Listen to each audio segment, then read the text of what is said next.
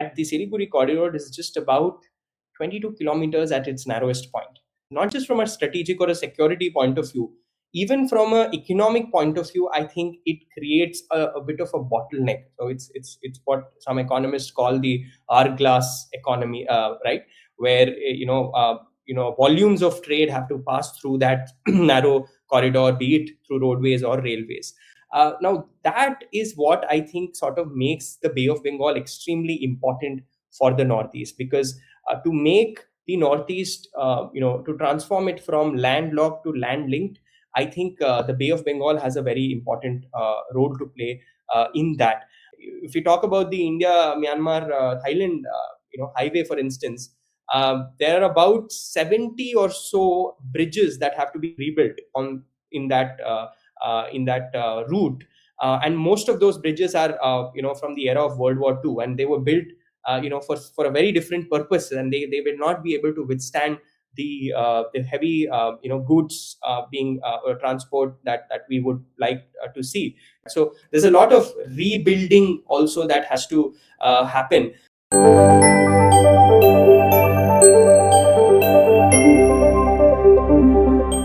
Greetings, listeners, and welcome to our podcast series, Reimagining the Bay of Bengal, presented by Asian Confluence. And I'm your host, Neeraj. Today, we are focusing on how the Bay of Bengal serves as a critical gateway for Northeast India's strategic and economic future. Asian Confluence has established the Center of Bay of Bengal Studies in Shillong to promote research, dialogue, and collaboration on the region's shared future. So, in this particular episode, we are exploring the Bay of Bengal's strategic importance for Northeast India. As always, we'll unpack this through 5 thought-provoking questions designed to spark clarity and inspire conversation. And we are very lucky that we are joined by Mr. Kamal Madishetty, who is currently working as an assistant professor at Rishihood University and a visiting fellow at India Foundation. He was also formerly worked as a senior researcher at China Research Program at the Institute of Peace and Conflict Studies, New Delhi.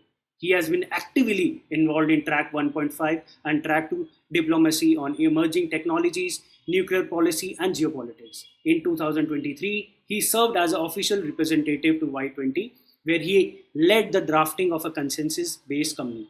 He holds a BTech in Electronics and Communication Engineering from IIT Guwahati and Master's degree from Jindal School of International Affairs. Mr. Kamal, it's an honor to have you with us. Thank you so much, Dr. Manhas. Really an honor for me to be part of this conversation. I've been following your work at the Asian Confluence, and I think it's very, very enriching. Thank you, Kamal. So let's begin with the very big picture here. So my first question to you: that what is the strategic and economic significance of the Bay of Bengal for Northeast India? What's your take on it? Over to you. Yeah, I think the Northeast region is obviously at the forefront of India's developmental as well as strategic, strategy. I mean, geography obviously is very important when we speak of Northeast.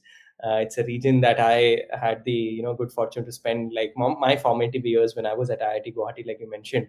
And in terms of population compared to the rest of the country, obviously it's not. As dense. It's about 50 million people, but globally that is a big number. That's a significant number, and it is also extremely resource rich at the end of the day, right? I mean, there is a lot of discussion whenever we talk about Northeast. We talk about the from a very strategic point of view. We talk about the chicken's neck, as we call it. It is which is formerly the Siliguri corridor, right? I've had the chance to travel through that a number of times, and I think it is very striking that the Siliguri corridor is just about 22 kilometers at its narrowest point, right? What and why that is important, I think, to note, and why I note that right at the beginning is because not just from a strategic or a security point of view, even from an economic point of view, I think it creates a bit of a bottleneck. So it's what some economists call the hourglass economy, right? Where volumes of trade have to pass through that narrow corridor, be it through roadways or railways. Now, that is what I think sort of makes the Bay of Bengal extremely important for the Northeast, because to make the Northeast, to transform it from landlocked to land linked, I think the Bay of Bengal has a very important role to play in that. And this has also been well recognized, I think, in policy after policy, even by the government of India. When we speak of look east, which was the sort of dominant paradigm of diplomatic and economic engagement of India with the region, with the Southeast Asian neighbors. The Northeast was, in a sense, at that time, largely ignored in physical terms. Right, I think that is what has changed under Act East policy in the last decade or so, where there is a focus on hard connectivity, roads, ports, some kind of logistics chains. And the Northeast is now being increasingly seen as a physical bridge, between the rest of India and Southeast Asia. I mean, just economically, I was going through some numbers, and it was very striking that, let's say, there is this river town of Dhubri in Assam, and if we have to transport materials from there, via Dhaka, if we do it via Dhaka, the cost per ton comes to about $22. Whereas if you do it through the mainland India, it is about 32 dollars. So that's basically a $10 difference for every shipment, and that can basically mean billions in losses if we were to just not have a connectivity to Bay of Bengal, through one of our neighboring countries. So I think the Bay of Bengal is extremely important, of course, from strategic point of view, but also from an economic point of view. The number of cargo shipments, the oil shipments that pass through this region, plus the blue economy and the energy potential that this region has. About 30% of all the fishermen in the world are based in this region, even though they probably produce only less than 10% of the total output, which also means that there is a lot of work to be done when it comes to productivity. And similarly, on when it comes to energy, there's a lot of potential in the region, which is, in a sense, untapped. But at the same time, it has to be balanced with the sustainability and environment, ecological sort of imperatives, right? Because this is also a very ecologically very sensitive area. So I think a region which is quite an intermix of strategic push, strategic imperatives, economic sort of impulses, and at the same time environmental consideration.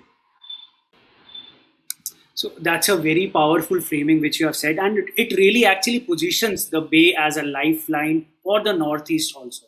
So now I'll talk about now several flagship projects which actually aims to bridge the Northeast to the Bay. So my question is to you that how do you assess the progress of key connectivity corridors in the region, such as the Kaladan multimodal transport project and the India-Myanmar Thailand trilateral highway? What's your take on it? Yeah, these are very, very important projects, and I think at the core of perhaps a bit of a, I would see it as a almost competing tension sometimes, is that how do we imagine the Northeast in all of this? Whether the Northeast is going to be a growth engine where which has a lot of industrialization that happens, there's a lot of economic value addition that happens in the Northeast, or is the Northeast only seen as a transit corridor where goods pass through without a lot of local participation? I think that is something that becomes extremely important whenever we sort of look at any of the connectivity corridors. I think that's the fundamental sort of mindset that I think has to be fixed.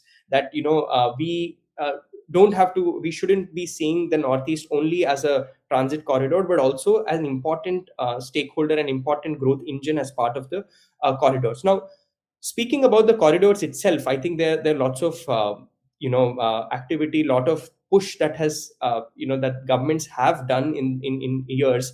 The Kaladan multimodal project, I think, is extremely important because it is connecting Kolkata to the port in Myanmar of Sitwe, kind of bypassing the need to depend on Bangladesh, for instance, right?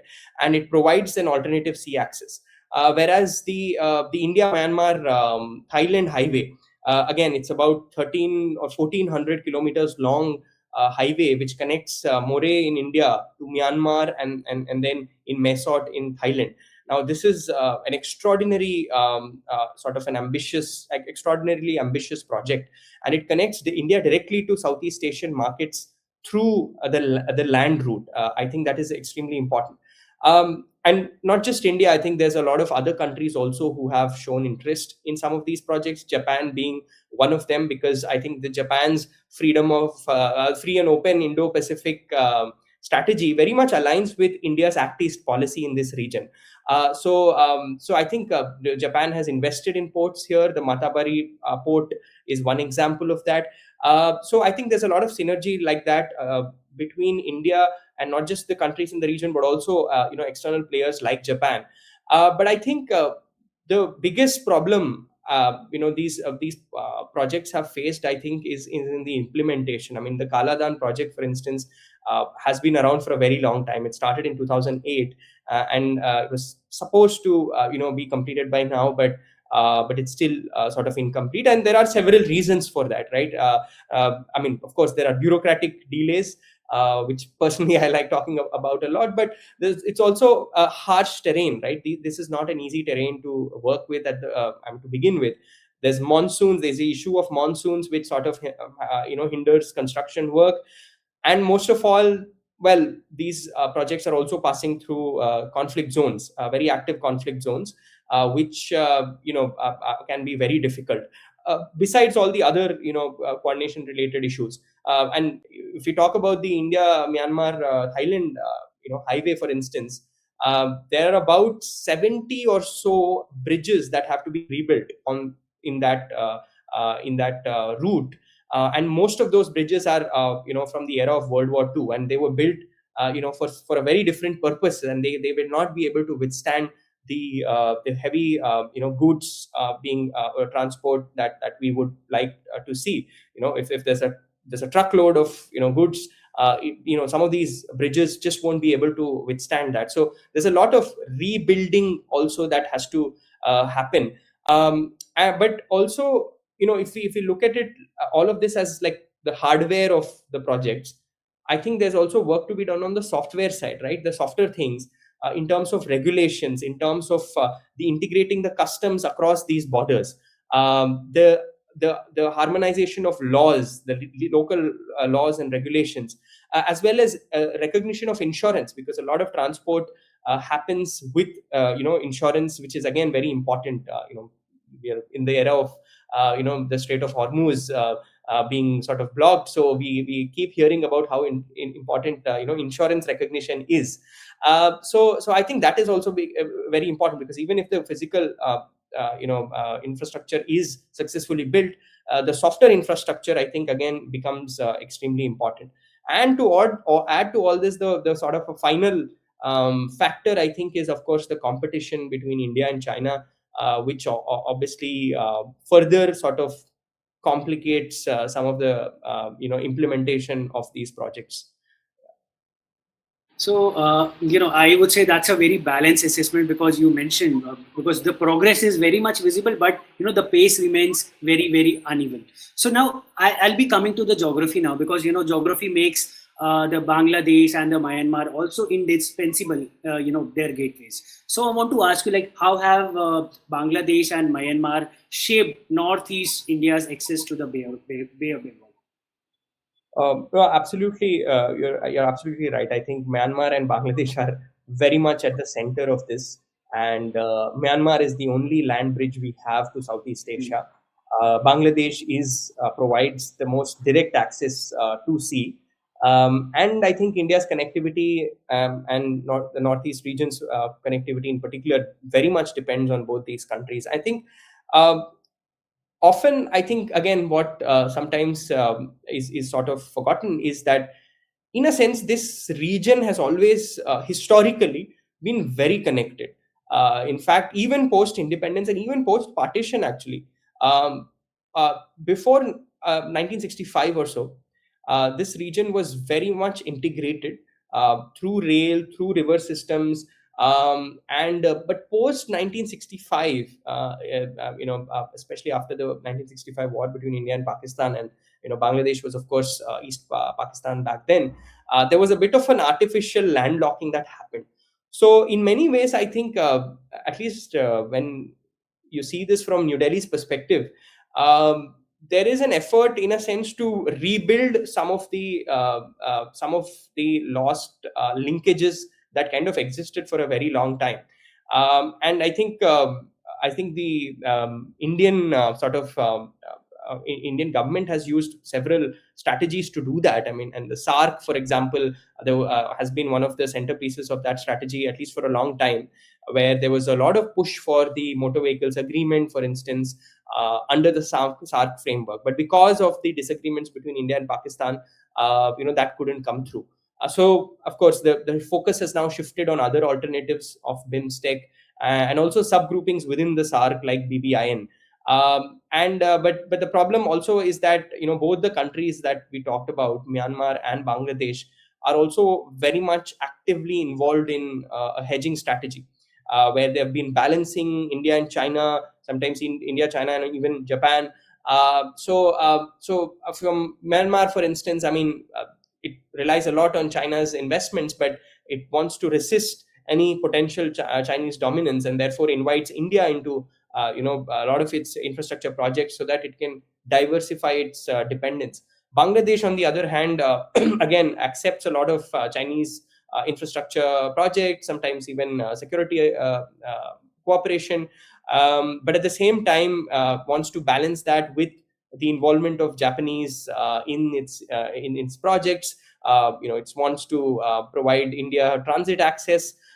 So I think Bangladesh, for example, is obviously very important for us. I mean, in New Delhi, when you look at it from Delhi's point of view, to bypass the constraints of the Siliguri corridor very much, and ports like in Chattogram, in Mongla, are very important as a result. I think the strategic challenge, if I can call it that, for India in particular, I think is that a lot of the projects that we discussed um, have a heavy dependence on the political goodwill in both these countries. And so if there is instability, whether intentional or unintentional, of these governments, that can hinder India's access to Bay of Bengal, and by extension, I think Northeast access. So I think that's the sort of key challenge that I see. Yeah, so that's a very insightful the assessment which you have given, because it's a very important geopolitical reality which you have just mentioned. But now I'll come to the question of connectivity, because as we witness that better links brings both opportunity and the risk also. So now my next question is also framed on that. So how does improved connectivity to the Bay of Bengal intersect with the security consideration, including both border management and regional stability? How do you see it? Right. I think the increased connectivity brings obviously a lot of economic opportunities, but definitely a lot of security risks. And these are very important risks, particularly given the local context and the historical, record that if we see of the region. You know, I mean, the Northeast region has historically had some legacy, insurgencies, Ulfa, the Naga groups, other tensions in the region. So, what I think what has changed, I think, over the years is that yes, there's no active insurgency to the effect of groups sort of fighting the Indian state. I don't think that happens as much. But what does happen, I think, sometimes is there is some kind of an extortion based political economy, and that I think raises the costs for infrastructure projects, because sometimes we have seen that there are groups which would let's say demand a cut out of the spending that happens, and that can raise costs. And at the same time, across the border in Myanmar, of course, there is a very active conflict that is ongoing, which affects both these important projects that we discussed. I mean, the Kaladan multimodal project and also the IMT project. And so these infrastructure, I mean, these are projects which are essentially they have to be built under a lot of very tangible instability. Now, there are also other threats, I think, besides the hard conflicts. This is also the region that is home to the Golden Triangle, which is a narcotics and a drug production hub. So a lot of the concern, I think, is that we would have these fantastic highways, but these highways can also be utilized by these actors for very problematic things like drug trafficking, like human trafficking, and some kind of illegal arms flow and so on. And at the same time, again, so be it roads, be it ports, they are at risk of being utilized for illicit trade, and all sorts of other problematic things. And apart from that, of course, those projects where China is involved, again, if we look at that from an Indian perspective, that is interpreted generally as the string of pearls strategy, where there is a certain encirclement that China has undertaken of India from a strategic point of view, where there are ports, there are bases across Indian Ocean, and this the Bay of Bengal region definitely is part of that. And of course, India has responded to that in different ways. There are lots of projects that India has been invested in Bangladesh, in Myanmar, in its own territory, and of course the Andaman and Nicobar Island, including the Andaman and Nicobar Islands, which as a counter to China's inroads into this region. So I think the it's almost like it's a very classic dilemma in a sense, that on one hand you have developmental and economic and trade push that increased connectivity will lead to, but at the same time there are real security concerns. And in fact, whatever I have said is mostly from a national security perspective. There's also internal security related issues with respect to demographic imbalance that has been a concern in recent years because of illegal migration, particularly coming out of Bangladesh. So that is another dimension of almost a social risk that some increased connectivity might have. So I think how well that is managed depends on the kind of border infrastructure, the checks and balances at the border that are built, so that there is active and robust kind of monitoring that happens of both of goods and people that travel across such increased connectivity. Because without that in place, I think these security risks would only maximize.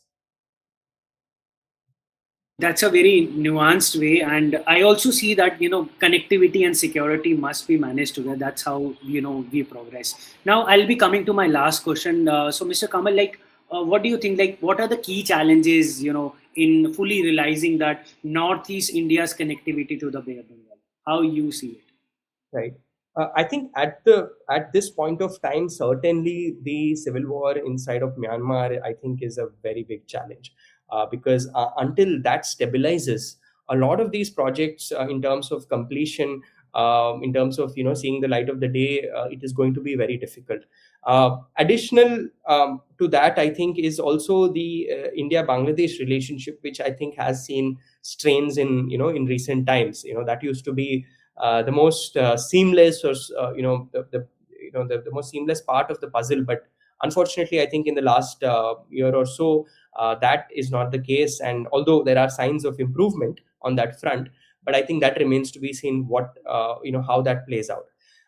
But I think, apart from the external environment, again, when I look at it from Delhi's perspective, apart from what's happening in Bangladesh and Myanmar, I think even within India, I think there is this inner line mentality, I think, which has to be addressed. There is this inner line permit system in some of the parts of the Northeast, and it's in many ways it's actually a colonial relic, It was put in place by the British administration in 1873. And again, for their own colonial reasons, so that the colonial exploits are sort of cut off from rest of the country and so on. Unfortunately, I think today that inner line permit system is sort of being seen as an instrument to protect indigenous identity, even though that logic is very much questionable whether it actually is useful for that purpose. But of course, the concerns are there, and the concerns are valid concerns of cultural preservation, resource extraction. I think those concerns are something that definitely they should be respected and addressed. But is the inner line mentality, is that the best way to do it? I think that is something that has to be re-looked at. So I think while Delhi looks at a lot of integration in the region and looks at Northeast as a gateway to greater regional integration, I think the local communities also have to sort of be involved and be part of the transformation, so that it is not unnecessarily seen as some sort of disturbance and seen in the wrong light. So I think apart from that, of course, I think having better interstate connectivity as well. We've been talking about international connectivity, but I think greater interstate connectivity definitely is going to be something that is very important. I think a lot has, in a sense, improved over the last, I think, 5 to 10 years, especially in states like Assam, for example. The infrastructure transformation has been tremendous. But at the same time, there remain, I think, bureaucratic sort of problems, bureaucratic delays, which very much are going to be important to overcome. And I think without mentioning climate change, I think it would be incomplete to talk about challenges, because the Bay of Bengal is a very much a cyclone prone region. The sea levels have been rising, and climate change has posed risks to infrastructure that is being built. It also threatens mass migration. It can disrupt a lot of these plans, which are standing on perhaps very strong economic and sometimes even strategic logic. But if the environmental factor is not taken into consideration, I think a lot of this might run into challenges. So yeah, I think it's a very careful interplay between the various factors, which sometimes might be pulling in different directions. So I think harmonizing them, coordinating across these interests, and of both India as well as the other countries in the region, I think that is going to be very important. So those challenges are very very real. But I also see that but addressing them could unlock the very tremendous gains for the region. So what an insightful discussion, Mr. Kamal. Thank you so much for your expert perspective on the Bay of Bengal strategic importance for Northeast India. And to our listeners, we hope this episode of Reimagining the Bay of Bengal has deepened your understanding of the Northeast maritime future. So stay tuned for more discussion on the forces shaping this vital region. Thank you. Thank you so much.